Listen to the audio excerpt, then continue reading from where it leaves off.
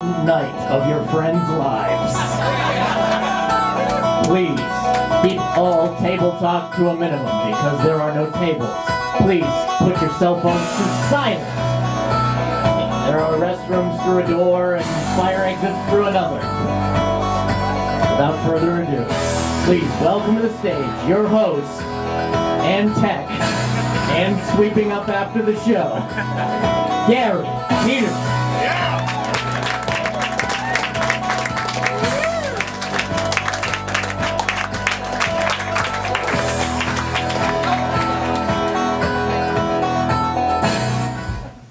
Thank you. How you guys doing? Woo! Yeah, sold out show. This is great, and you've come to support your friends, your family, maybe somebody you know from work. We couldn't thank you more here at ImprovBoston. Give yourselves a round of applause for coming out. Seriously, honestly, that is really, really nice. Or you can toot your beer, like a pan flute. I like your improv. You belong in the next room. We have fire exits through there, blocked by all the students, and a camera. And we have restrooms through there. If you need to do any sort of thing, you need to get up, use the restroom, get a drink, whatever you need to do it while I'm on stage. That way I can keep these fine students ready and centered. They've prepared about 12 weeks. Over a course of 12 weeks, they've done the impossible. They put together the best comedy they can in that time, and they're here to present it to you. And now what we do is, to open every showcase show, we bring in a professional comedian, someone that's doing comedy around the scene that has nothing to do with the class. They're here to do the hardest job in comedy. This is called taking the bullet. And they're going to fall on top of whatever you folks have or don't have. Does everybody here speak English? Good. She's going to find out. She's going to come here and do her stuff. She was a semi-finalist in the Boston Comedy Festival. She is an incredible performer, sketch writer, just an all-around funny person. Please welcome your opening act for the show, Jamie Loftus, ladies and gentlemen.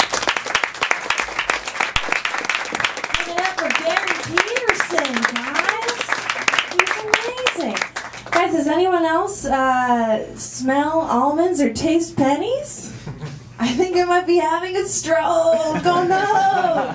Let's do some stand-up comedy. This will make me feel better. People have been telling me I'm a taller woman. People have been telling me a lot lately, like, Jamie, you look like you should be a basketball player. You know, which as a tall woman is just their way of saying, like, you could be hotter. You know who else is tall? Models. Professional, beautiful people. But people look at me and they're like, oh, no, basketball player sounds right. I'll stick with my first answer. Like, thank you so much. I've been insecure my entire life. Things are great. I switched to a new job. And I used to be a substitute teacher. I used to work with children. Bad idea. Being a substitute teacher was really weird. It was like you're sort of like the prostitute of teachers. Except instead of like walking around and being like, does anyone want to have sex with me? You're walking around the perimeter of an elementary school, waiting for a phone call, approaching mothers saying like, if I can't teach your son math today, I will starve. Wipe my ass with my college degree. It's a disaster. It's a nightmare. I actually did like teaching a lot, but I could never do it as a career. It's too much responsibility, because if you have like a class of 25 second graders, you know statistically, like at least one of them will grow up to commit a violent crime, right? And as a teacher, you don't want to admit that you can tell who it is, but it's not hard to tell who it is. I was teaching this little girl subtraction once, and I told her, I said, hey, Allie, I really like your shirt. It has a ton of colors. And she said, thanks, Miss Loftus. I like all of the colors. And then looked me dead in the eye and said, except white. I just taught a future race criminal subtraction. That's the most dangerous form of arithmetic to teach to a future race criminal. So I don't substitute teach anymore. It's weird though. I can relate with being a weirdo kid growing up. I was very aloof and very calm. I didn't really let things affect me. It's weird, and when you're 9 years old and you're very aloof and cool, that's a great way to almost get kidnapped. This happened to me when I was very young. When I was growing up, I was a ballet dancer, and I had this routine every day. My dad would drop me off at the dance studio in his Ford Focus. I'd get out, go to rehearsal, jump in the back of the Ford Focus, and we'd take off, right? And I got so used to this routine that I wouldn't always check the driver of the Ford Focus. So one day, I got out of class and jumped into the back of a Ford Focus, and it took off, and I realized we were starting to take strange turns, you know, and I didn't really know where we were. Eventually, I looked to the front seat, not my dad. Not even close. Way hotter, you know.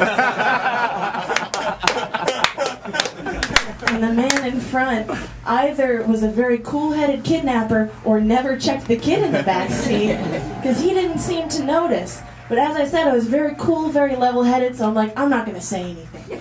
Right? This will resolve itself. So I didn't say anything, and we continued to take these strange turns, and finally we pulled into the driveway, and this man turned around and said, "Emily, where?" Oh no. And I was staring at him, and he was staring at me for the longest time. And then after a full minute or so, I realized, like, this guy's just as cool as I am. So I'm not going to tell him he's not my dad. He's not going to tell me I'm not his daughter. And guys, that's how I met my current father. Thanks, guys. I'm Jamie.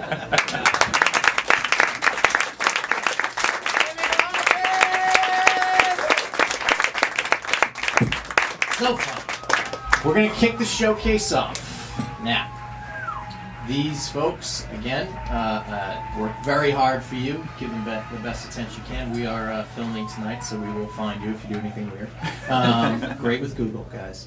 So, if we can start this show on a great note, I would like to by bringing this first comic to the stage. He is super funny, and I'm so looking forward to this. Please welcome Mr. Dominic LeConte, everybody. Yeah.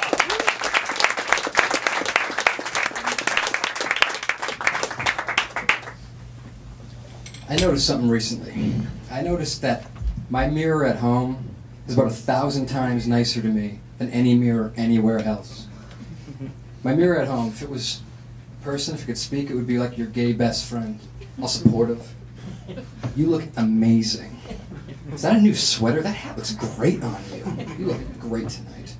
Knock 'em dead. Watch out, ladies. But when I leave my house, something happens. My mirror completely turns on me. Like I'm at the bar. That mirror is also like my gay best friend when he thinks that I can't hear him. Says stuff like, "Oh yeah, great hat choice. You'll never notice that receding hairline now." Ridiculous. What were you thinking? It doesn't even match. You look like a walrus in that sweater. Literally a walrus. God's most useless creature. It was only created to feed sharks, I swear to God. It might as well be born with a salt and pepper shaker attached to its hip. I tried to watch a movie on demand the other day. Tried being the key word. It's almost impossible. You start it, but then you leave the room, so you have to go to the bathroom at some point, so you pause it. When you come back, it's like back at the regular TV, so you go to the menu, you press resume, but it doesn't always start where you left off. It starts somewhere at the beginning, usually. But it's okay, because you can catch up usually, because like the fast forward button is really, really fast on me. Oh no, wait, it's the slowest fucking thing ever. I think it goes in real time. Think of like the slowest thing you can think of, and then cut its legs off, and tie it up, and throw it in a vat of molasses. Then you'll have some idea of how fast the fast forward button is. I can't stand the news anymore. They can never just give you the actual news. They always have to give you some clever headline, like they're trying to impress their teacher with their 5th grade book report. It's always like, shot through the heart, and sure to blame. 80s hair metal rocker Bon Jovi was reportedly shot through the chest 9 times outside of a New York City nightclub by actor and LA funny man Pauly Shore. And they can never just give you like their name, they always have to give you some prefix so you know who they're talking about. It's always actor and LA funny man Pauly Shore, movie star Pauly Shore, biodomer Pauly Shore. Yeah, we know who you're talking about. I think I speak for everyone. I say we love the man's work. He's an artist out there. It's more art than comedy, really, when he's out there doing it.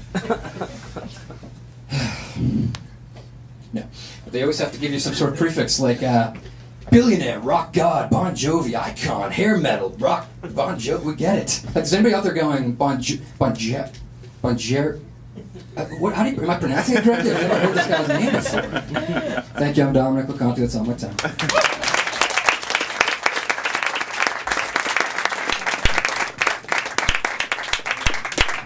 I brought that other man to sweep him off. I always come with security to every show just in case I'm weird. He owes me $50. I don't want to go there. We are going to keep the show rolling. This guy is super funny. It's been awesome to watch him grow. Everybody in this class started from nothing. These are not professionals. These are people that have never been on stage before in front of a microphone. And if you think it is so easy to tell a joke in front of a crowd, let alone multiple jokes, you're shaking your head in the back of your head. Very difficult. And especially in Boston. Jesus Christ. I started here 10 years ago. I started in this place. I was like, just trying to do setups, just getting heckled. I was like, you know what's funny? Not you! Just all day long. So you have to really struggle in the city. And this guy, he's just great. I think you're going to love him. Please welcome Brian Casey, ladies and gentlemen.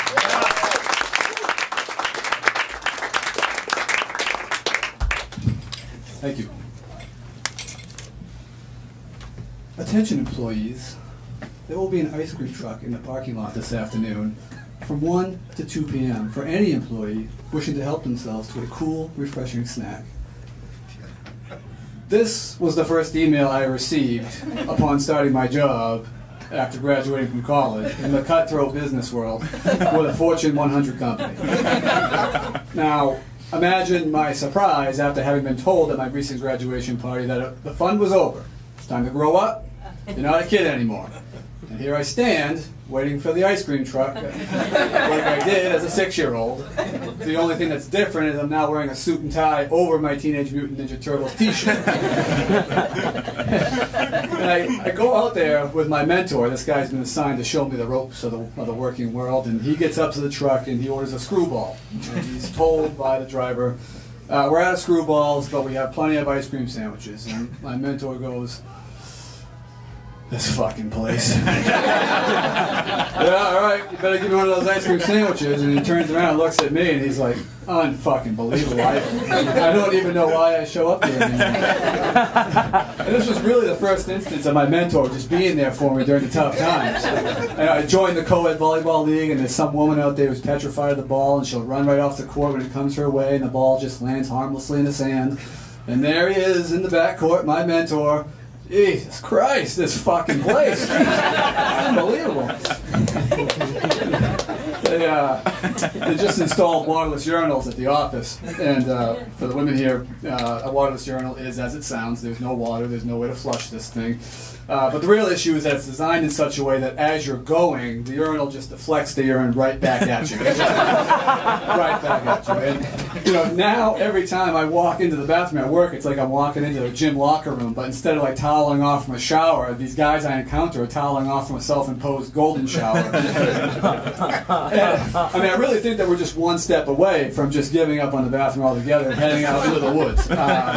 You know, before you know it, the scene outside in the parking lot is going to look like a scene out of The Walking Dead. You know, there's not going to be any zombies coming out of the woods, but there's going to be a bunch of regular men in business casual who are very much alive, but I think dead inside. But they're heading back into the big merger meeting after relieving themselves in the great outdoors. Now, of course, my mentor has no problem with this. You know, lack of free ice cream, problem. Lack of volleyball expertise, problem. I was standing next to him at the urinal as he's effectively peeing on himself. And he looks over at me and he's like, hey, how about this fucking place? It's even nice. All right, well, I mean, so I guess in this guy's world, like the thought of a golden shower is a reason to get out of bed in the morning. But don't you dare bring another ice cream truck up here without enough screwballs on board to satisfy customer demand, or he may just quit this fucking place. Guys, my name's Brian Casey. Thanks for coming out.